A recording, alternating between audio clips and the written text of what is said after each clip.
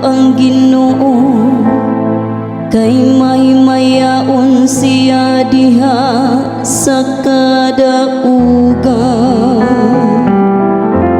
Kabayo ug karwahi iyang gitambok ngadto sa dagat.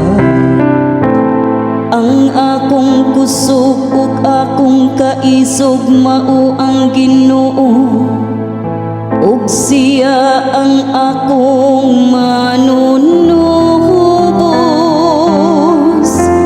Siya ang akong Dios, daygon ko siya, ang Dios sa akong amahan, ako siyang payaon. Awitan nato ang Ginoo, kay giloko niya sa himaya ang iyang kaugalingon. Ang Ginoo usa ka manggugubat, Ginoo ang iyang ngalan. Ang mga karwahi ug kasundaluhan ni Paraon iyang gilubong sa dagat. Ang mga kadagkuan sa iyang mga punuan nalumos dito sa dagat nga pula.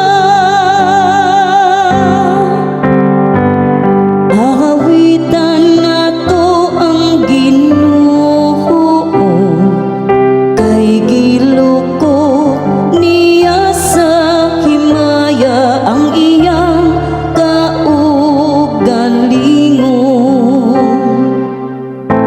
Gitabunan sila sa mga tubig sa baha, natundag sila ngadto sa kahiladman, ingon ug usa ka bato. Ang imong tuong kamot o Ginoo, bantugan diha sa gahom. Ang imong tuong kamot o Ginoo, nakabungkag sa kaaway. Awitan nato ang Ginoo, kay gilo